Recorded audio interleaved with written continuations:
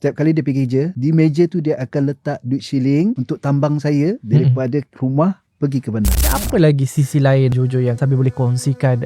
Beliau orang yang macam mana agaknya masa hayatnya? Dia suka bergaul dengan orang. Walaupun baru pertama kali jumpa dia, tapi kita bonding dengan dia tu rasa macam dah 10 tahun kenal. Dia sangat-sangat peramah. Kedua, dia ni sesuatu benda yang dia nak spend tu dia fikir. Dia bukan kedekut. Dengan saya dia tak pernah kedekut. Saya ingat kisah arwah saya dulu tak ada apa. Saya tinggal rumah dia. Rumah dia pun bukan besar macam mana. Biasa. Tapi setiap kali dia pergi kerja, di meja tu dia akan letak duit shilling untuk tambang saya daripada rumah pergi ke bandar. Setiap hari. Itu yang saya rasa kebaikan dia yang banyak dengan saya. Saya tak tahu tentang menari. Dia lah guru menari saya. Dia selalu mendorong saya untuk melakukan sesuatu yang kebaikan. Kau ada bakat, kau terus. Jadi kita ni banyak bersama. Jadi apa yang berlaku dalam kehidupan dia, dia banyak bagi tahu saya. Dan dia tak pernah sorok apa benda pun.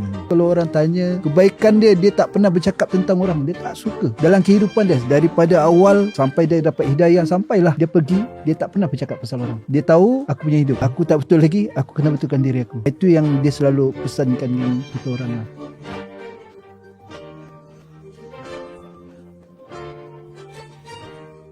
Audio Plus.